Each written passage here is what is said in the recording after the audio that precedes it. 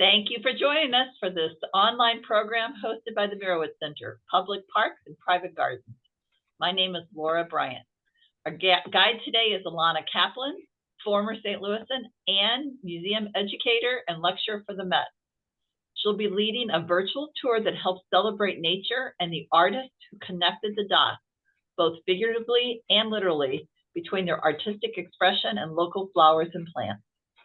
Elana is a longtime friend of the Merowitz Center, and her programs are always popular and in great demand. In fact, next month, Elana will be back for American Art on Wednesday, July 24th. So if you're not signed up yet, you better hurry up. As usual, we have a big turnout for today's program, so let's get started. It's truly a pleasure to welcome you back, Elana. We're very happy to see you again. Great. So wonderful to be back and to see all these familiar faces that I really only know through Zoom, but it's been a while. So wonderful to see so many familiar faces. And I'm just going to bring up my screen share.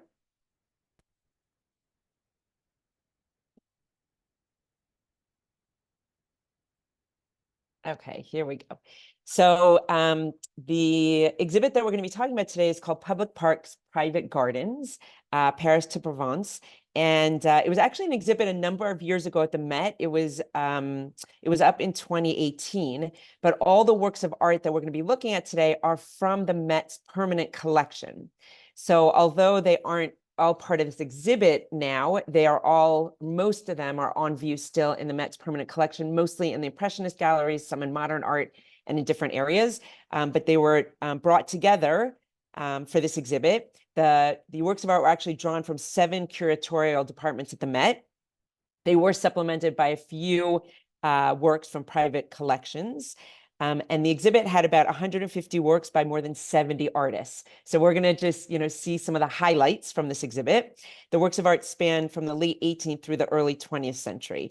But again, the works of art we're going to be seeing today are ones that are currently on view within the museum. So started here. We'll get started with a nice etching that was in the exhibit of a park. And we're just going to talk a little bit about the proliferation of parks and private gardens in the 19th century.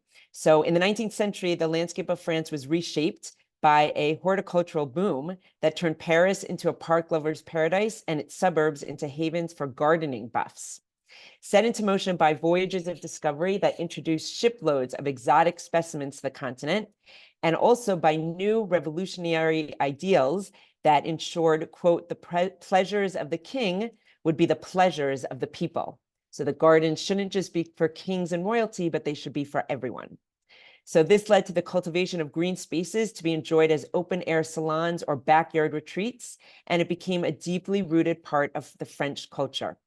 This would be seen most vividly in the nation's capital, in Paris, which witnessed the dramatic transformation of Paris at mid-century into a city of tree-lined boulevards, large parks, and neighborhood squares.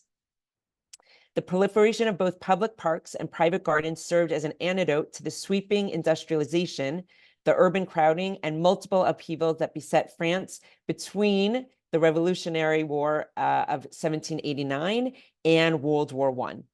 The new parks and gardens led to a newfound enthusiasm for the out of doors as a place of leisure, renewal, and inspiration. Artists responded in kind as they decamped from their studios to work on plein air. So artists used to work in studios and then they went outdoors to paint. And artists also revived the practice of floral still life paintings to bring the beauty of nature indoors.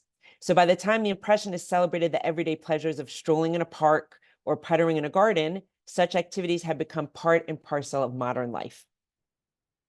So bringing all these sentiments closer to home, both in New York and in St. Louis, as I said, the exhibition was drawn mostly from the Met's bountiful holdings of Impressionists and other paintings. And the Met's paintings are housed in a museum that looks out onto Central Park, which was actually designed in the spirit of Parisian parks of the same era. And as I was preparing, I realized that also the St. Louis Art Museum is in Forest Park, which is also, a park that was designed in that same time period. So all of these paintings that we're going to see, which were influenced by parks of that time period, are found in museums that are located in parks, which is quite amazing. Okay, so the exhibit originally was centered around 4 themes, and we're going to be looking at the works of art in those themes. And the first theme was parks for the public. So while I talk a little bit about that theme, we'll get to look at this beautiful painting that was done by the artist Camille Pissarro, and this painting was done in 1874. And I'll tell you a bit more about it, but first I want to talk about this topic of parks for the public. So the 19th century was the great age of public parks, not least in France, where they assumed pride of place in the overarching redesign of the nation's capital. In the wake of the French Revolution, royal gardens and hunting grounds in and around Paris were at last open to the masses.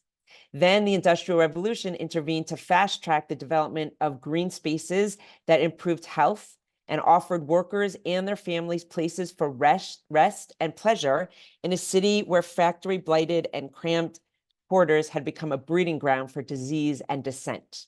And we will see paintings of a lot of these parks where many people, including workers and people from all different classes, would spend time. The initiative of Napoleon III, who ruled from 1852 to 1870, he appointed a man named Baron Haussmann, who basically was the one who turned all of these spaces into public parks. He carried out an urban renewal plan that increased green space 100-fold and resulted in the citywide distribution of some 30 parks and neighborhood squares along a network of leafy boulevards, which brought essential services to a rapidly expanding population. And this all happened in less than 2 decades. So very quickly, Paris had many, many parks and spaces for people to enjoy. And we're going to look at these in paintings. So the first painting is called The Public Garden at Pontoise. It was painted in 1874 by Camille Pissarro. I will tell you the sizes of the paintings, just again, because they all look the same size on the screen. This one is 23 inches by 28 3/4 inches. So most of Pissarro's paintings of the mid-1870s are devoted mostly to the fields and roads near his home in Pontoise. But here, he turned to a more urban subject of the type favored by colleagues such as Monet and Renoir. And here he's showing us the town's public garden. But he didn't really emphasize the view. He focused more on the park's terraces, populated by very well-dressed people, as you can see in the painting, and also their children, which was something else that the public parks offered, was a place for families to come with their children and enjoy the outdoors. So this is one of his earlier paintings in 1874. A lot of his later paintings focus more on public gardens, and we will see that with his next few paintings. So this is also Camille Pissarro. It's called The Garden of the Tuileries on a Spring Morning. This one was painted in 1899. So this was 25 years after the last painting that we looked at. And this is when he's really focusing on this idea of public parks. So the dimensions of this painting are 28 7/8 inches by 36 1/4 inches. And this painting is actually a part of a series of 6 paintings that Camille Pissarro painted from his apartment window, looking down at the garden. So it's actually a bird's eye view of the garden. In some of the paintings, he actually had a view of the Louvre as well, but in this painting, we don't see that.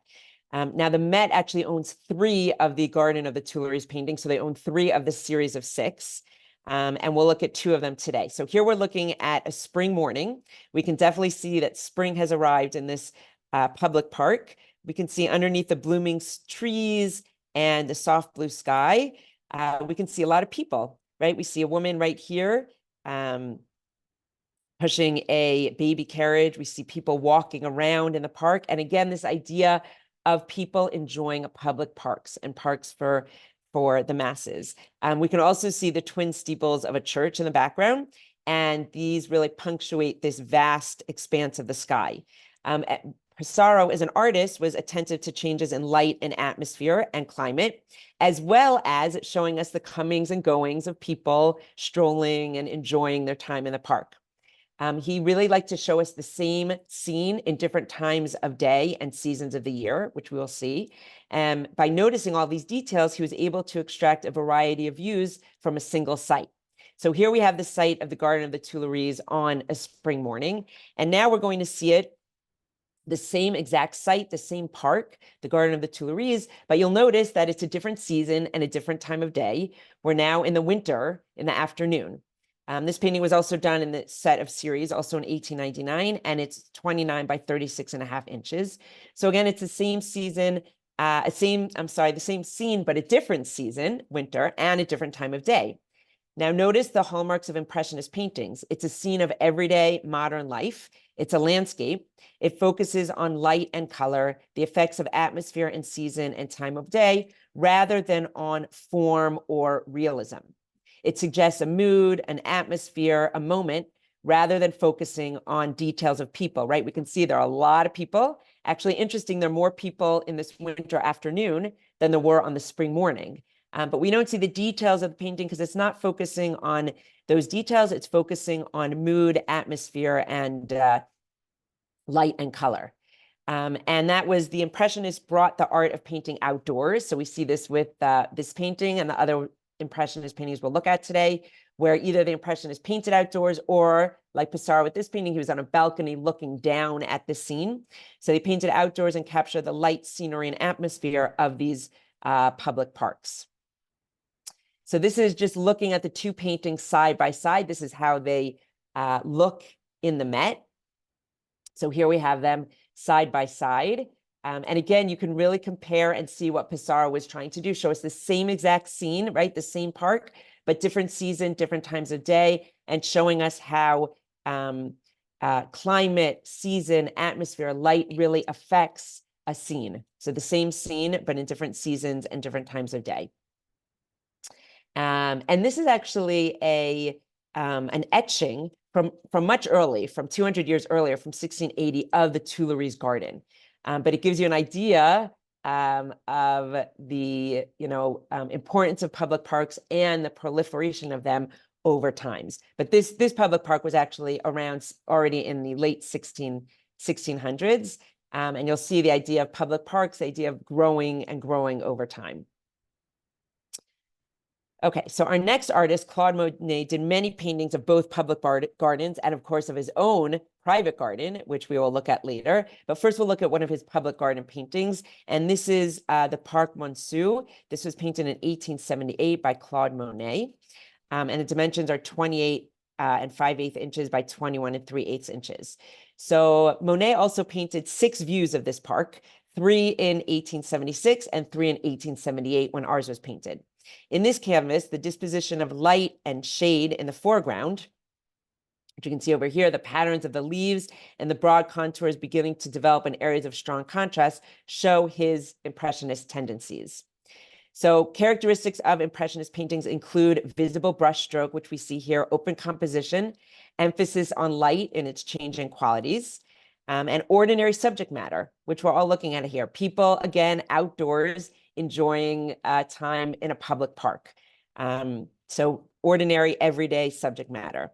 And again, the Impressionists took the act of painting out of the studio and into the world.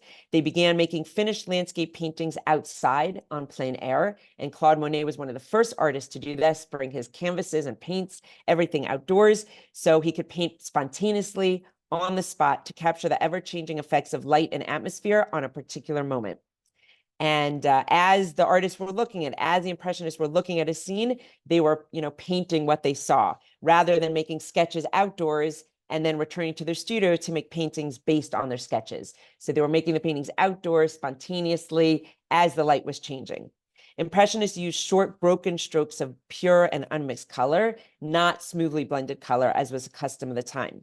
The Impressionists painted realistic scenes of everyday life, and they emphasized vivid overall effects rather than details.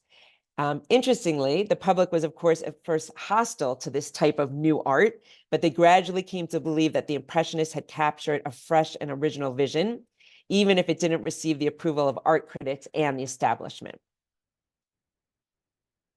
Okay, our next painting is by Auguste Renoir, and this is a painting of Versailles. It was painted between 1900 and 1905, and the dimensions are 20.5 inches by 24 and 7/8 inches. So here we have an autumn landscape of Versailles, and it shows us a view of the courtyard on the north side of the Chateau of Versailles. And we can see the chestnut trees which line the alley in this formal garden, and they're painted very softly with detached brushwork in vibrant colors of the season. We also can see a lot of the sculpture in this painting, which is very prominently featured here in this painting. As you're looking at this painting, notice the Impressionist hallmarks: loose, visible brushstrokes, open composition, and emphasis on light in its changing qualities. So we don't know the exact date for this landscape, sometime between 1900 and 1905, but it's likely that Renoir painted it when he rented a house in nearby Saint Cloud for a summer. And he painted this while he was staying nearby. Now we'll see just a view here of the Garden of Versailles. This is actually an etching that was done also between 1660 and 1695. And you could see people even then were enjoying the gardens at Versailles. It was gardens that were open to all from the 1660s. So again, we get this idea of these open gardens that were really much appreciated by everyday people and people of different classes. Our next painting is done by another Impressionist artist, a female Impressionist, Berthe Morisot, and it's called A Woman Seated at a Bench on the Avenue du Bois, 1885. This is actually a watercolor. So our other paintings were all oils, and this is a watercolor over traces of graphite. You can actually see a little bit of her graphite underneath the watercolor. It's a very small painting. It's 7 7/8 inches by 11 inches. So it's much smaller than our other paintings. And Berthe Morisot, she was one of only 2 women Impressionists, she and Mary Cassatt, who we'll look at today also. And this watercolor really shows how she influenced and was in turn also influenced by the Impressionists. So we can see also her loose, visible brushstroke. We can see it was painted en plein air. She painted outdoors. It's an outdoor scene of everyday life, right? We have a woman sitting in a park. She's got her parasol on her lap. And again, it's the impression of this overall scene, an overall scene of a public park. Our next painting is quite a famous painting. This is a study for a Sunday at Le Grand Jatte, which was painted in 1884. It's 27 3/4 inches by 41 inches. And again, this is the Met study. The grand masterpiece of Sunday at Le Grand Jatte is at the Art Institute in Chicago. And that painting is 7 feet by 10 feet. And of course, Sunday at Le Grand Jatte is Seurat's greatest and most well-known masterpiece. And it's centered on the island of Le Grand Jatte, which is located at the very gates of Paris, lying at the Seine River, which you can see right here in the painting. When Seurat began this painting in 1884, the island was a bucolic retreat from the urban center. It was a way for people to get away from the busyness of Paris. And for Parisians, Sunday was a day to escape the heat of the city and head for the shade of the trees and cool breezes that came off the river. At first glance, when you look at this painting, you can see many different people relaxing in a park by the river. On the right over here, we can see a very fashionable couple. You can see the woman's holding a parasol, they're dressed quite fashionably for the time. He has a top hat. They're on a stroll, and you might notice that she has a leash in her hand, and it's actually attached to a pet monkey. A lot of people think this is a cat, but it's a pet monkey, a monkey on a leash. And apparently monkeys were pets for the upper classes at this time period, although it wasn't common, but it did happen. On the other side, we see another very fashionably dressed woman who's fishing. She's extending her fishing pole over the water. In the center, we see a woman walking with a girl who's dressed in white, and they're holding hands. And if you look at the painting, you'll notice there are a lot of other people. There are also animals, there are dogs walking around. There's some soldiers back here. And you see how people are really enjoying this public park. People are relaxing, they're taking walks. So people have different ways to look at this painting. Some view this as a scene of leisure among the upper classes. But we'll notice that there are all kinds of people in this painting. We have both upper class people, and we also have working class people in the painting, people wearing maybe more straw hats or more working type clothes and kind of lounging. So there are some people who see this painting as a tension between the classes who all shared Sunday as a day off. So different ways to view this painting, but either way, we see it as really the idea of parks, public parks, open to all. And we also can see Seurat's signature style here. So he didn't work with the Impressionists. He was really known as a post-Impressionist, where he painted in a style called pointillism, or he called it Davidism, but we call it pointillism, where he used small patchy brushstrokes or even dots of paint so that our eyes blend the colors together, as opposed to the artist blending them together before he applies them to the canvas. So the idea looking at this painting is that your eyes will blend the colors together. Now, the Met also has a small study for Sunday at La Grande Jetée. This is a very, very small painting. It's 6 1/8 inches by 9 1/2 inches. And this small panel is one of approximately 50 oil sketches and drawings that were made as a preparation for Seurat's monumental masterpiece at the Art Institute in Chicago. So this really, these sketches illustrate Seurat's process of investigation and really doing a lot of sketches. Some of the figures that we can see in this present panel were transformed or changed in the final painting. But we can definitely see Seurat's signature style here, which was earlier known as divisionism, but it became known as pointillism. And again, that's a principle of separating color into small touches placed side by side and meant for the eye of the viewer to blend them together. So you can see the very small brush strokes, sometimes dots of color placed together so that our eyes will blend those colors together. Okay, so that is our first topic, which we talked about, which is public parks. Our next topic is revival of floral still life. So we'll be looking at a number of still lifes. And just a little bit of an introduction to this topic. Artists who came to age in the late 19th century were prompted to revitalize the art of floral still life, embracing a practice that had commended itself to relatively few in the previous 2 centuries. So from Monet to Van Gogh, they really revived this idea of the floral still life. And in doing so, they infused this fallback for bad weather, right? Because they would paint outdoors. So if the weather was, if it was bad, they would still sometimes paint outdoors. But if it was very bad, then they could paint still life paintings. So it was a fallback for bad weather. And it was fail-safe for the marketplace. A lot of these paintings had very good sales potential. And also because of the horticultural developments in France at the time, they were able to paint, all these different still lifes of new flowers that were available. In response to the steady influx of far-flung discoveries, the nursery industry in France at the time rallied to propagate, hybrid, and distribute plants in an endless array of forms and hues.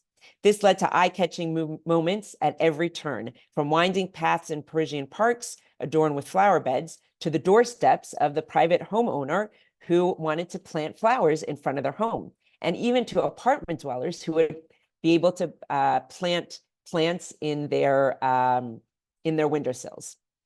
So a seasoned journalist noted in 1887, quote, "In no other era have flowers and plants been so widely appreciated. They preside at all of our ceremonies, take part in all of our festivities. Their use has increased 100-fold in 20 years. So today, for us, many of us are used to seeing flowers, having flowers, buying flowers.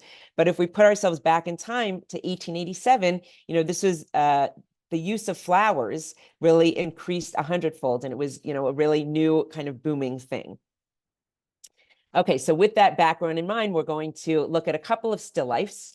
We'll go through these kind of quickly, but just to give an idea of how the revival of the floral still life. So we're looking here at a painting by Edouard Manet from 1864. And for those of you who are flower people or familiar with flowers, you will probably be able to guess the flowers as I show them to you. These are peonies. And this belonged to a series of peonies that Manet painted between 1864 and 65.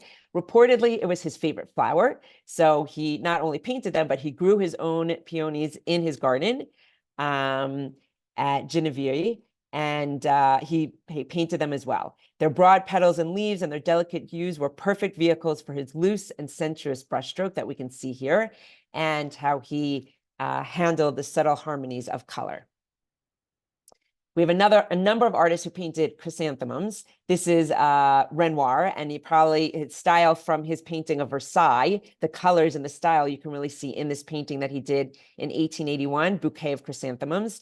The dimensions are 26 by 21 and 7/8 inches. And Renoir actually felt that he had greater freedom to experiment in still lifes than in figure painting. So he really enjoyed painting still lifes because he felt like he had more freedom. He said, and this is a quote from Renoir, "When I paint flowers, I feel free to try out tones and values and worry less about destroying the canvas." And he said, quote, "Again, I would not do this with a figure painting, since there I would care about destroying the work." So he felt much freer to experiment and explore color and brushstroke in his still life paintings. Here we have another chrysanthemum painting by Claude Monet, done in 1882. This is a much larger painting. It's 39.5 by 32.25 inches.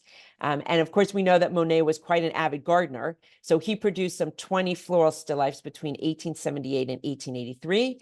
They were very popular, and they got him both critical and commercial success. These were paintings that he was able to sell. Typical of Monet's style, again, the loose brushstroke, also the idea of reflection, which we see in a lot of his paintings. You can see the reflection of the vase in the table, and the reflection of flowers on the table also.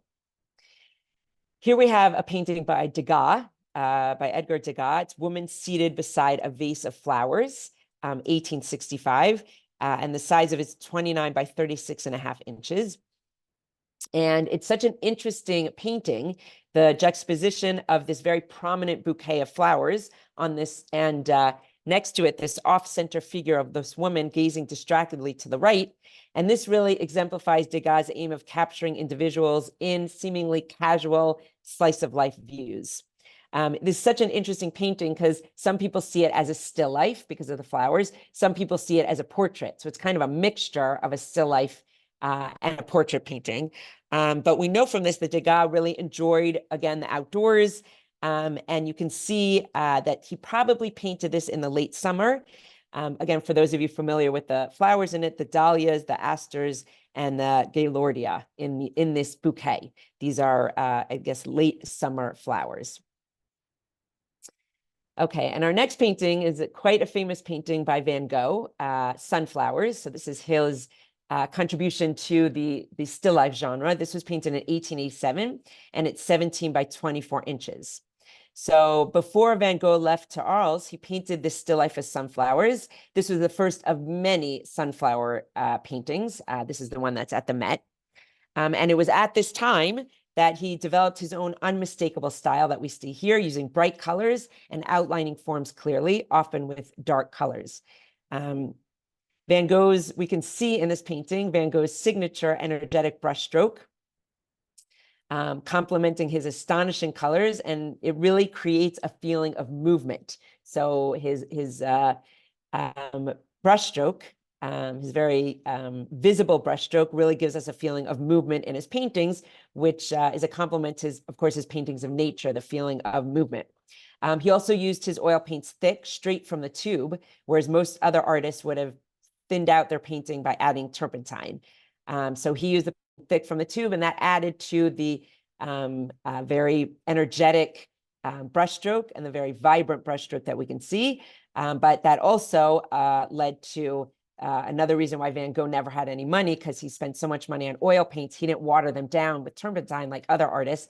So he used a lot of paint all the time and went through paint very quickly. So in this sunflower painting that we're looking at together, you can see it's actually two sunflowers, and Van Gogh is painting from direct observation of the inside and the backside of a sunflower. He painted a blue background because he believed that the combination of blue and yellow would provide endless visual stimulation. Van Gogh painted a number of sunflower paintings. He used the color yellow a lot. He also made the yellow house. He did a lot of yellow paintings because he saw yellow as a color of love and a color of gratitude. And he felt gratitude for his brother Theo for his constant emotional and financial support. to Gauguin for his friendship. They were very good friends at the time he made this painting. And also his gratitude to the sun for its light and warmth. And that's why he used the color yellow a lot. So this is Van Gogh's sunflower. We can contrast sunflowers. We can contrast it with Monet's sunflower painting, which he did in 1881, a couple of years before Van Gogh. This one is larger than Van Gogh's. It's 39 3/4 inches by 32 inches. And here we can really see the daring of Monet's technique depicting sunflowers. And these were actually sunflowers that grew along the pathway to his garden. So he would pick flowers from his garden, put them in the vase, and then do a painting of them. Again, sometimes when it was bad weather, but again, also it was something that he knew would sell. So he would have great commercial success from these. Now, Van Gogh actually said, because Van Gogh did his painting after Monet's painting, and Van Gogh wrote, this is a quote from Van Gogh in 1888, after he had done his sunflower painting, he wrote, quote, "Gauguin was telling me the other day that he'd seen a painting by Claude Monet of sunflowers in a large Japanese vase, very fine, but he likes mine better." That's what Gauguin said. Van Gogh said, "I'm not of that opinion." So Van Gogh liked Monet's sunflowers better, but Gauguin liked Van Gogh's sunflowers better. Okay, so now we're going to look at Matisse, two Matisse paintings. This is a Matisse, the painting of pansies. He painted around 1903. It's a smaller painting, 19 1/4 by 17 3/4 inches. And again, we can see Matisse's style here, his signature style with a pattern on the wall in the background. And we have another Matisse painting here, Lilacs. This one is much larger than the other one. I say sizes because they all look the same when I show them on the screen, but this one is 57 1/2 inches by 38 inches. And some of you might have recognized this flower. This is a painting of lilacs that was done in 1914. So we really see many artists over different time periods did still life paintings of flowers in their different styles. And again, this was the result of the horticultural bloom in France at the time. Our next topic that we're going to talk about is private gardens. And I'll give background to that topic looking at one of my favorite and a well-known painting. And we're looking here at Garden at Saint-Adresse. This is by Claude Monet. And we'll look at this as we're doing a little bit of a background to the topic of private gardens. So in 1860, there was a well-known journalist named Eugène Chapeau, and he wrote, quote, "One of the pronounced characteristics of our present Parisian society is that everyone in the middle class wants to have his own little house with trees, roses, dahlias, his big or little garden." By this date in 1860, it was some 30 years after a big burst of activity on the horticultural front, which we talked about before, and gardening had become not only fashionable, but also, like many pleasurable indulgences with reputed health benefits, the latest craze. So people enjoyed gardening because it was fashionable, but also they learned that it had health benefits, which we were actually talking about earlier. So beyond the established horticultural societies, journals, and manuals that champion the practice, a new commercial industry arose to supply the proper tools and accoutrements from benches and greenhouses so people could make their own private gardens. Nurseries and flower markets became active centers of business. With the advent of mid-century train service, Parisians enjoyed easy access to garden plots parceled from rural tracts of lands in the newly developed suburbs. So people who lived in the city could have a garden plot out in the suburbs and, take the train out to take care of it. And potted plants became a fixture of apartment dwellers' windowsills. So even if you didn't own in a home or have a backyard, you could own a parcel somewhere, or you could have a windowsill and put plants there. Artists, many of whom were gardeners themselves, like Monet, naturally gravitated to these backyard retreats, cultivating a more intimate view of nature. Close at hand and divested of grandeur, these landscape subjects invited their personal touch, the kind of homegrown invention that garden culture fostered. Okay, so with that background of the growth of private gardens, whether in backyards or in windowsills, we will look at this painting, Garden at Saint-Adresse by Claude Monet. The size of this painting is 38 5/8 inches by 51 1/8 inch. And this painting was painted in 1867 when Monet was only 27 years old. He was born in 1840 and he painted this in 1867. He spent that summer with his family at Saint-Adresse, which was a seaside resort near Le Havre. And it was there that he painted this very buoyant, sunlit scene of contemporary leisure, enlisting his father, who we see here. His father's name is Adolphe. He's seen here in the Panama hat. And he also used other relatives as his models for this painting. Monet's father sits mostly with his back to us, next to Monet's cousin, who's wearing a very fashionable black accented white dress, and she's holding a parasol. And they are looking out onto this young couple. They are standing at the edge of the water. They are also relatives, and she's wearing a highly fashionable white dress with red trimming, and she's also carrying a parasol. And he is more formally dressed than Monet's father. He's got a top hat, as opposed to the Panama hat, and he's wearing a black jacket. And he's also got a walking stick here. And Monet's father also has a walking stick. So we see a lot of these details. So in this painting, Monet focuses more on the clothing of his relatives than on their facial features. We really can't see their faces at all, but we can really see the clothing they're wearing. In fact, the fact that he painted the women wearing white dresses expressed their leisurely, refined existence, because white dresses meant that the wearer strayed far from physical work and dirt. But now let's look at the greenery that we have here. We can see that the foursome is surrounded by greenery, punctuated by all these flowers that we can see. The flowers are in red and yellow hues and in white. And interesting, the white of the flowers really reflects the white that we can see in their dresses. Again, for those of us familiar with flowers, you might find familiar flowers here: gladiolas, geraniums, and nasturtiums are growing here. And we have lots of naturally occurring flowers in varying reds, which really unite the painting. We have a lot of red in this painting: the red flowers, the red in the flags, and even the red in the boat back here, which is actually something that artists use, a technique that artists use really to get us to move our eyes around a painting that has a lot going on in it. So there's a lot going on here, but the red kind of moves our eyes throughout the painting, from the flowers to the boats to the flags. So, and as you're looking at the flag, you'll notice the French tricolor flag flying here at the right, and at the left is a red and yellow flag, which is the flag of the local boating club, or the local sailing club, which you can see was located very close by, because we can see all the boats in the distance here. In the boat that's closest to us, we can see two people sitting on a sailboat with the three sails. And this is Monet showing us perspective, right? This boat is much closer, it's painted much larger, and then the other boats are farther away and painted much smaller. And then farther out at sea, we see not only the sailboats on the left, but we also see the larger ships and the steamboats with the gray steam that is painting the sky with gray smoke. The long shadows that we can see indicate that it's probably late afternoon in this painting.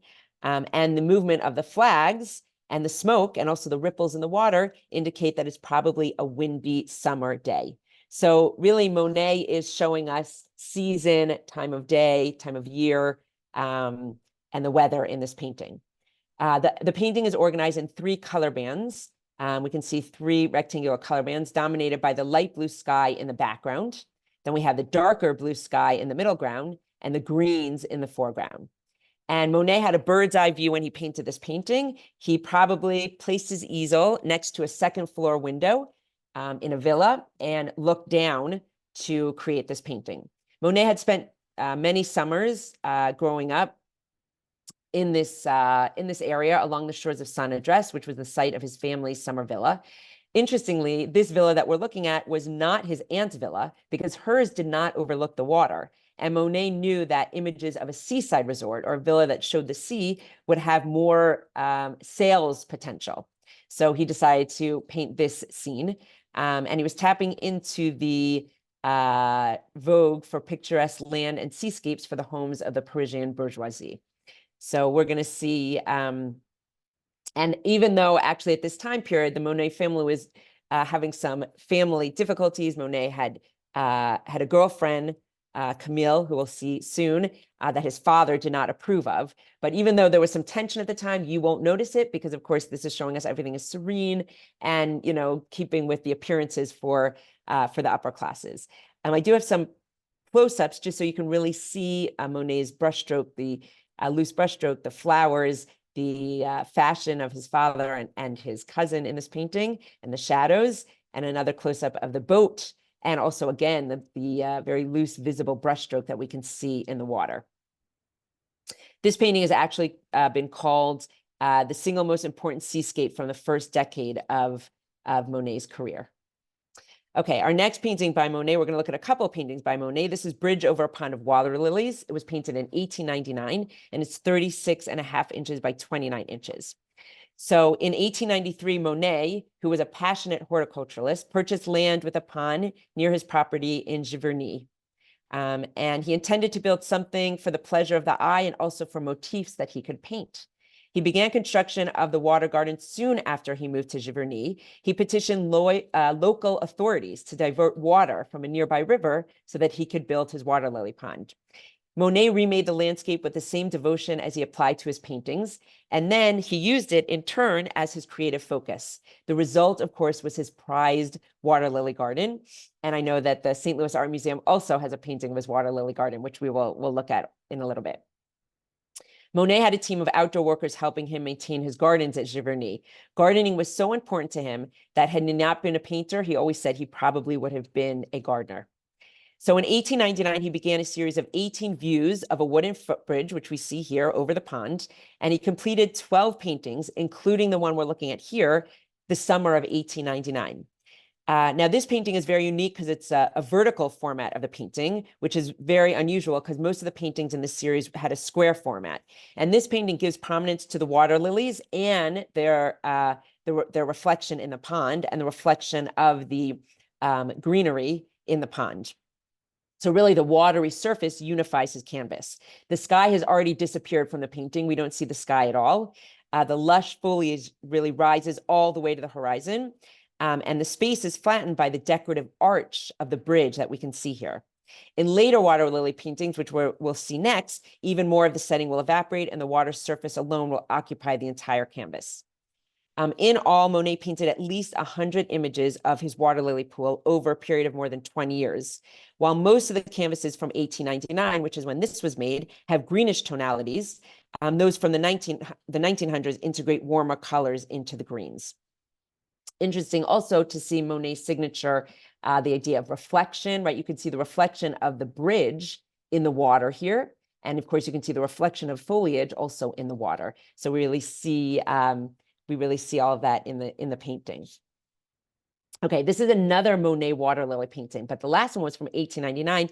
This one is from between 1916 and 1919. And it's 51.25 inches by 79 inches. So here we'll just see them side by side. So you can really see the difference in these two paintings. They were made about 17 or 18 years apart. And again, from 1899 and on, Monet repeatedly turned to the subject of his water lilies, attempting to capture every observation, impression, and reflection of the flowers in the water. So by the time he began this work, let's go back and look at it fully, in 1916, he was 76 years old when he started this. And you can see in this painting, he had achieved a completely new, fluid, and somewhat audacious style of painting in which the water lily pond became the point of departure for an almost abstract work of art. So the earlier one maybe was more impressionist, but this one really has more of an abstract quality. As you look at this painting, you'll notice that the water lilies fill the canvas. The surface of the pond becomes a world unto itself, inspiring really a sense of immersion in nature. Monet's observations of the changing patterns of the light on the surface of the water became almost abstract. The paintings were not fully appreciated in Monet's lifetime, and when they were reassessed in the 1950s, some critics viewed them as precursors for abstract expressionism. So now I just want to look at them together to talk about Monet's changes in how he painted. So in the last decades of Monet's life, his prized water garden became his most important and eventually the only subject that he would paint. In 1912, when Monet was 72 years old, so that's 4 years before he painted the painting on the right side. So when he was 72, he was diagnosed with cataracts in both eyes. This meant that he was no longer seeing the colors with the same intensity. His whites, greens, and blues slowly transformed into muddier, yellowish, and more purple tones that we can see in this painting. The sense of atmosphere and light, emblematic in his earlier works, also disappeared and were replaced by much larger brushstrokes. If you notice the brushstrokes in this painting, and we'll go back and see them here, you can see much longer, much larger brushstrokes here. We also have the frequent absence of light blues and some obscure colorations. So art historians have debated this over the years, the change in his style. And they've discussed Monet's eyesight as related to his later paintings. And most agree that it's unlikely that he had intentionally adopted this broader and more abstract style, which reinforces the argument that his later works were probably a result of his cataracts, and they weren't conscious experimentation with a more expressionist style. So the fact that his style really changed probably wasn't a conscious thing. It was probably really a result of his cataracts, and thus the change in color and the change in broad strokes. But either way, whichever view you take, whether it was a conscious decision to change his style or a result of the cataracts, his late works, which were created under the influence of his cataracts, they really, Monet is really linking Impressionism with modern abstract art. And we can really see this link in these paintings. Now, I know that the St. Louis Art Museum also has a Monet painting, which is this painting right here. This one is quite large. It's 78 3/4 inches by 13 feet and 11 3/4 inches. And this one was done between 1915 and 1926, which is interesting because that's when his eyes were really changing during this time period. Now, this is one of his mural-sized paintings. And this canvas was originally the center of a 3-panel work, a triptych. And when it's installed with its counterparts, which are located, I think, at the Cleveland Museum of Art and the Nelson Atkins Museum of Art, when the three are together, the large-scale paintings envelope the viewer in nature. And this is something, as I had said before, that Monet was really trying to achieve with his water lily painting, this immersion in nature and this feeling that you're immersed in nature. MoMA also has a large mural painting where you go in the room and with the painting surround you and you really feel like you're immersed in nature. And that's exactly what Monet was trying to establish with his paintings. And now I'm going to get this whole idea of the importance of the private garden.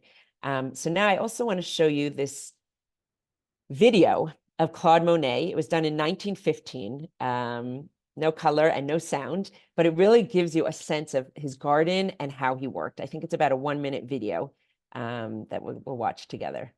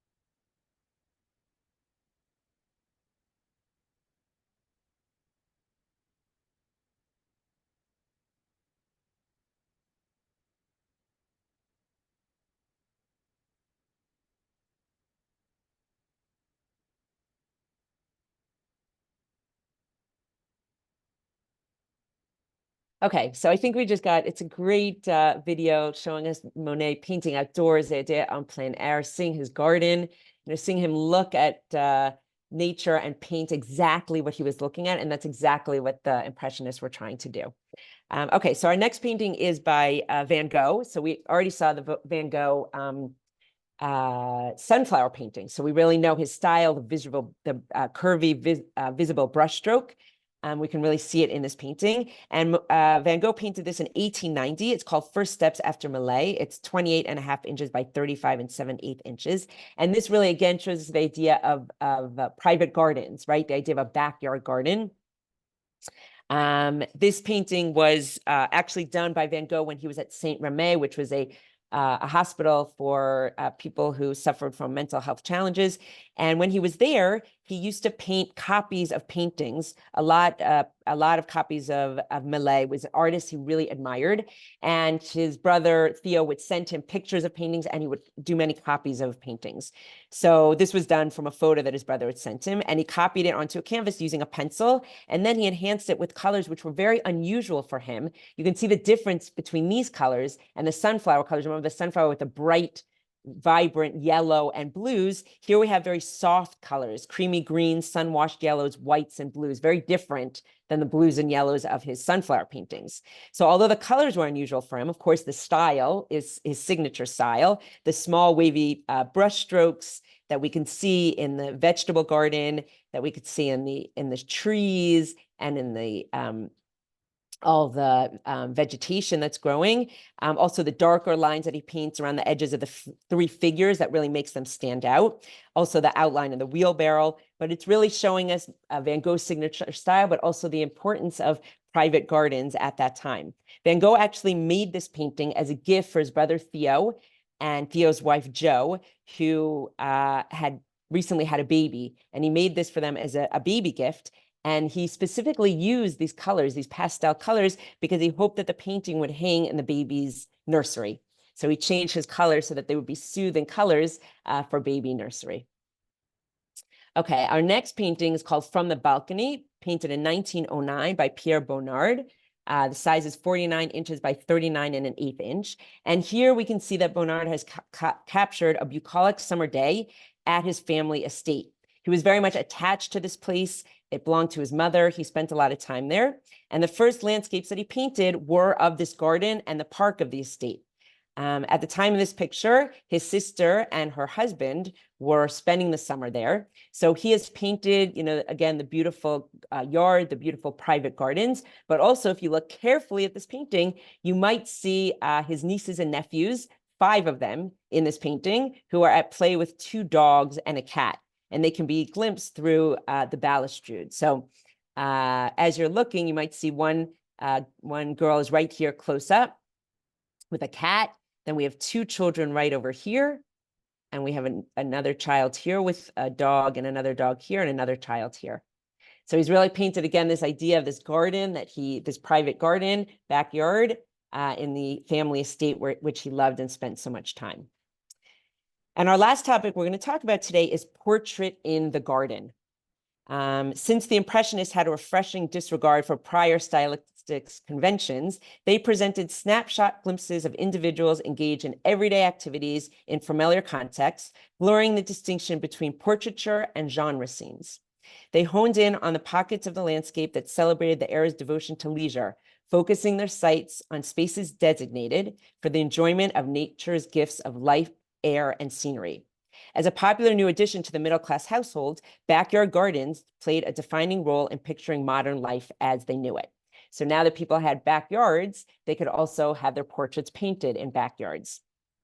In these congenial outdoor settings, the sitters, which were either fellow artists, models, friends, or family members, were inclined to let their guard down, tucking into a book or needlework, while painters eased into the challenge of capturing the look of the moment with a sprightly touch and a carefree nonchalance. So we're going to see our sitters really letting their guard down, either reading or doing needlework or just spending time together or gardening.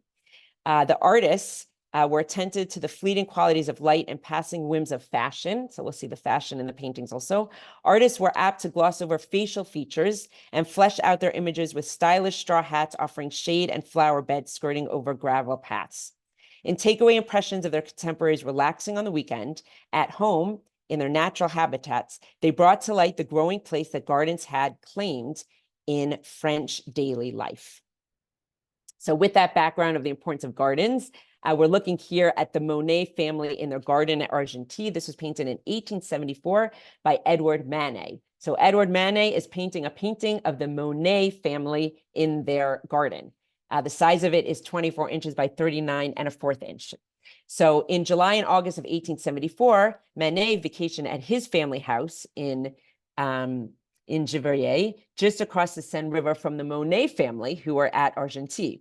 The two painters saw each other often that summer, and on a number of occasions, they were joined by Renoir. While Manet was painting this picture of Monet, we can see here Monet gardening. Remember, we said he always said if he weren't an artist, he would be a gardener. So here he's gardening the flowers and the watering can. So this is Monet, his wife Camille, and their son Jean. So while Manet was painting the Monet family, Monet was painting Manet at his easel. So Monet was painting Manet, painting them. Now that painting, we don't know where it is. That's we don't know where the painting is, but we have pictures of Monet doing those paintings. Renoir, who had arrived just as Manet was beginning to work, borrowed paint brushes and canvases, positioned himself next to Manet, and painted another painting of Monet and his son. So these three artists were working together, painting each other, all in a backyard. Here, and we're looking now at a couple of portraits of families in their yards. This is the same son of Monet that we saw here, Jean Monet. So this was in 1874. This one was painted 2 years earlier. He's younger. This is his son, Jean Monet, on his hobby horse. So we can see for this portrait that he posed his 5-year-old son in the garden of their new home in Argentine. Again, the idea of portraits in the garden. Jean Monet was 5 years at the time of this painting, and he's wearing clothing that was typical for boys at this age. Until 5, boys would wear dresses as skirts for practical reasons. It made potty training much easier. When Monet painted this painting of his son Jean in the summer of 1872, he wanted to show them really how they enjoyed their family garden. During this time, through the efforts of his art dealer, Monet's finances had begun to improve, so they were able to rent this house at Argentine, which was an agreeable suburb in northwest of Paris, and they were able to have their own private garden. You'll notice that this painting is freely and thinly painted, visible brushstroke, and there are also areas of bare canvas in this painting. Monet never exhibited this painting, but he kept it throughout his life, the painting that he did of his son. Now we see a painting that he did of his wife, Camille Monet, on a garden bench in 1873. It's 23 inches by 31 inches. So, and as we know from Monet paintings, we can always chart the seasons, the weather, or as we see here, we can chart the look of women's fashion in 1873. Look at how she's dressed. Monet's wife, Camille, is easily recognizable. We can also recognize the flowers, the mounds of geraniums in the garden of their rented house in Argentine. So it's the same garden that we saw in the last painting, just a different view of it. And behind the geranium bush stands a woman holding a parasol, touching a flower. We can't see the details of her face, but we do see again that she's fashionably dressed and the importance of spending time outdoors in a garden. Above the high garden wall behind her, we see the upper floor of a neighboring house. Now, this painting is actually very interesting. It's a very puzzling or enigmatic painting of Monet's rare genre paintings.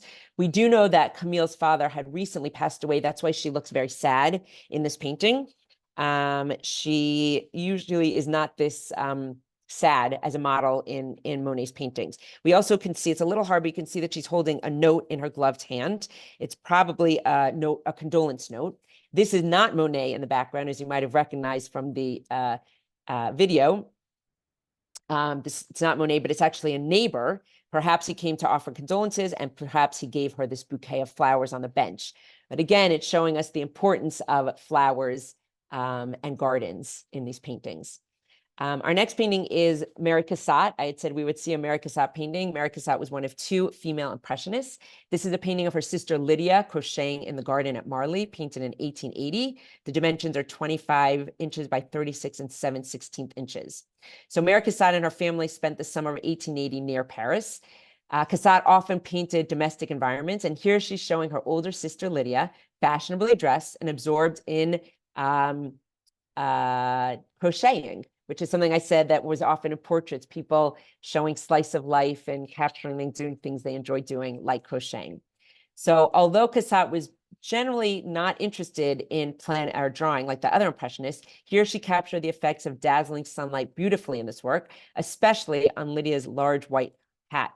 Her face is shaded from the sun by the bonnet, and she's dressed in a blue coat and wearing fashionable gloves. But we also see that Cassatt showed us the dense green foliage and the purple border plants behind her. So again, a portrait of someone in a garden. And our last few we'll look at quickly because I know we're running short on time and I want to leave a few minutes for people to ask questions.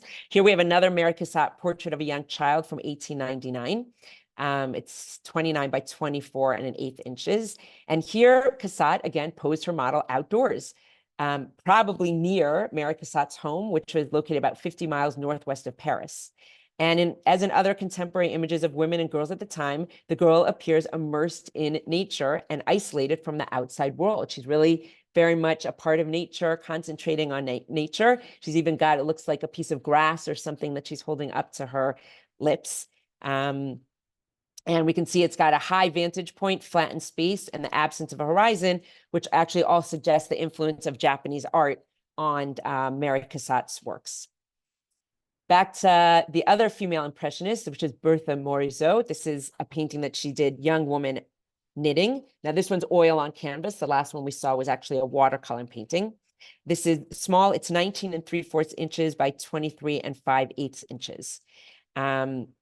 So here we see that Morisot, with a refreshing disregard for prior stylistic conventions, she glosses over facial features, right? We can't see the woman's face at all, and dispenses with other descriptive details to present a snapshot glimpse of a modern day subject. She's really paring down the painting to its essential, and it's maybe seen as a bold fashion statement. Again, we're always noticing the fashion. The artists are pointing out showing us what people are wearing. And we can see that she's really sporting the latest style of dress. She's shown knitting in a garden, which is a garden that was very typical of the time period, with a gravel path and with these flowering roses. So again, we can see the flowers in the background of this portrait. And we can also see the elegant chairs, which suffice to find the setting as a backyard, which had become a very popular fixture of the middle-class households. Morisot probably painted this work between 1881 and 1884, perhaps enlisting her daughter's nanny as the model for this painting. But again, the idea of a portrait in a garden, showing people's gardens, and showing the outdoor on plein air painting that she's doing here.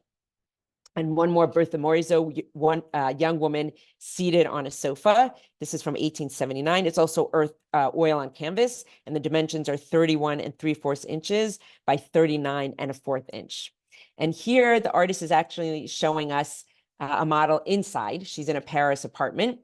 But of course we have in the background flowers and trees, showing us that even if you were in an apartment, you still could have this nature. You still could have the idea of a private garden in your apartment, which we're seeing here.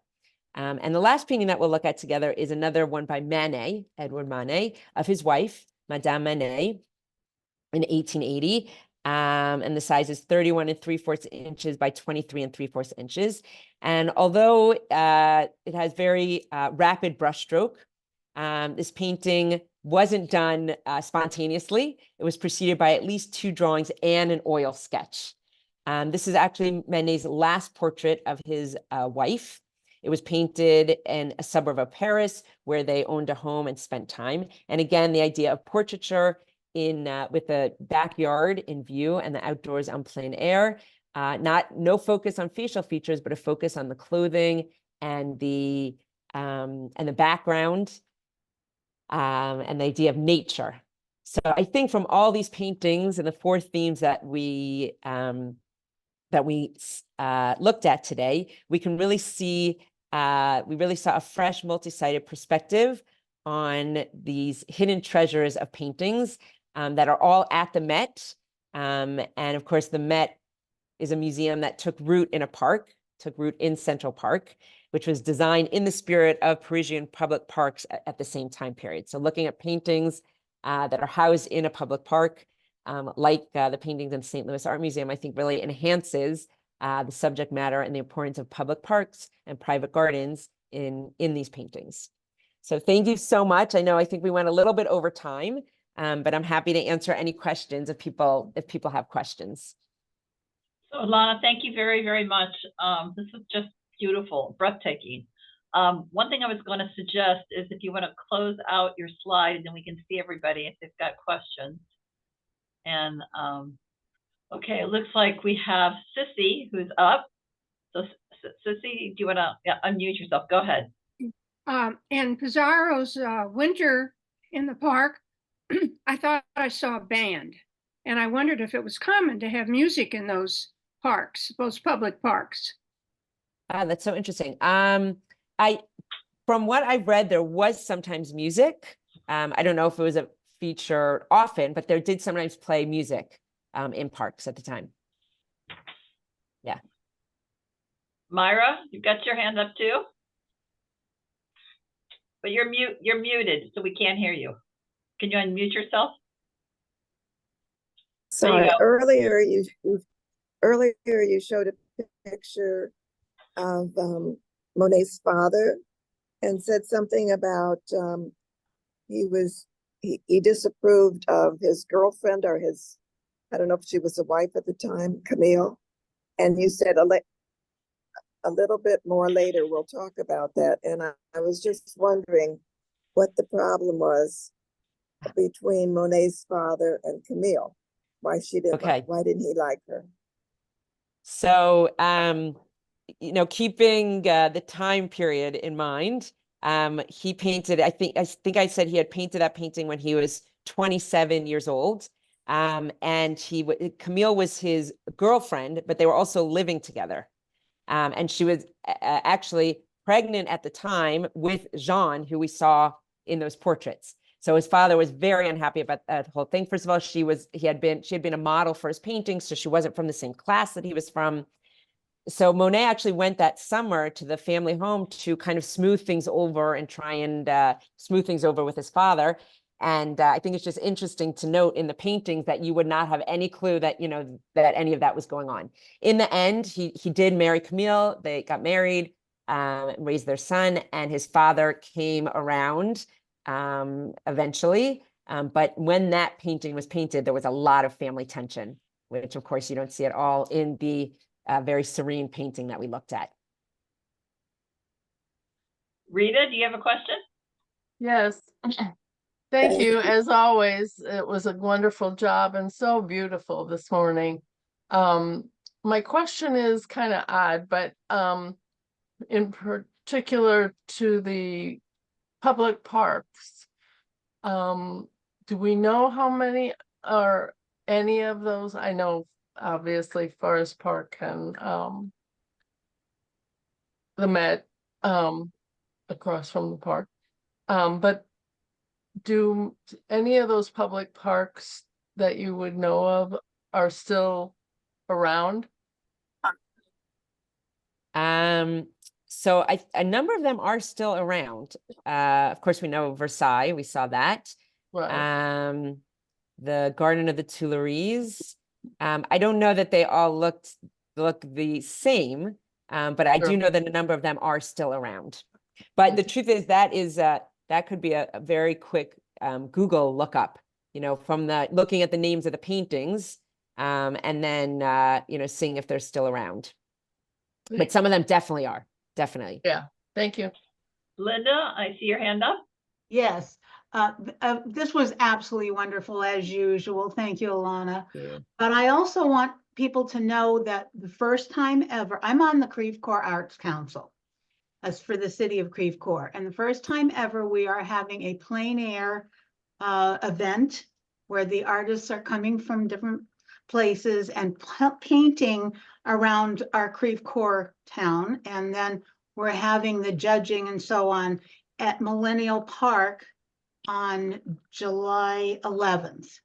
And there'll be a band. And so we are actually creating that kind of scenario. And hopefully it will be an annual event. That's great. Yeah. Plein air painting. Everybody That sounds come. wonderful. Thanks, Linda. Thank you again. Elana, did you see any of the comments in the chat? Let's see.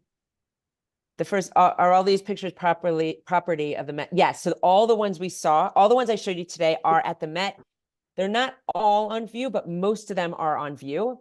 I wanted to pick ones that you could still see today, even though, the exhibit isn't up anymore, but those paintings are still up. I think that's are there more? No, I think that's the only question, right? Okay. Yeah. Okay, good. Well, it was just an inspiring program, really. It's just, in some ways, we take the concept of public parks for granted in our country, particularly when you think about national parks.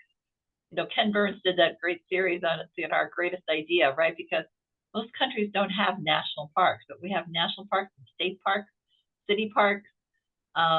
It's just the idea of having public green space for everyone to use and enjoy and benefit from is still a fairly recent phenomenon.